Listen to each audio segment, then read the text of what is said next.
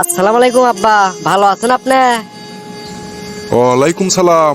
আলহামদুলিল্লাহ আমি ভালো আছি। তা সকাল সকাল আজকে ফির তোর কি হলো? আসে সালাম দিচ্ছু। আব্বা, আমার 5 লাখ টাকা লাগবে। R15 কিনবো। আমার যতগুলো বন্ধু বান্ধব আছে সবাই R15 চলায়। আমাকে R15 কিনে দেওয়া লাগবে আব্বা। তার জন্য আমাকে 5 লাখ টাকা দেওয়া লাগবে। আমি R15 যাতে কিনে আসবো। হ, টেকা তো গাছের কোটা। টেকা চালিও আর পালু। টেকা চালি পাওয়া যায় তাই নয়? টেকা কামাই করে না কেনা?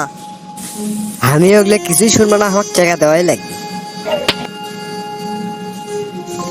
ওগুলো টাউডমি বাদ দি। 5 লাখ টাকা পাঁচ পাইও তোকে আমি দিয়ে পাবো না। আমার কাছে টাকা আছে কিন্তু তোকে আমি দেবো না।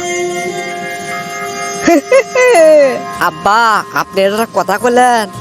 আপনার এক বাপের এক সন্তান আমি, আর আমাকে আপনি টাকা দিবেন না? আপনি যদি কালকেই মরে যান, আপনি এলে টাকা পয়সা কেটা খাবি? আমি ছাড়া আমাকে 5 লাখ টাকা দেওয়াই লাগবে আব্বা।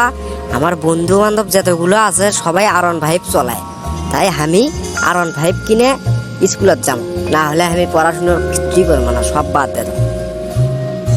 কে রে বাবা, তুই তো ঠিকই কছু রে।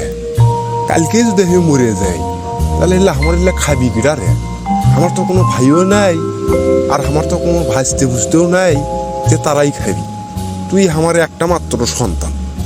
যা, তো 5 লাখ টাকা আমি দেবো হনে কালকে। 5 লাখ টাকা একটা চেক লেগে দেবো হনে, তুই যা যা R15 কিনে এসে নে। তাও পড়াশুনো বাদ দিস নে, ঠিকভাবে পড়াশুনো কর, মনোযোগ দে।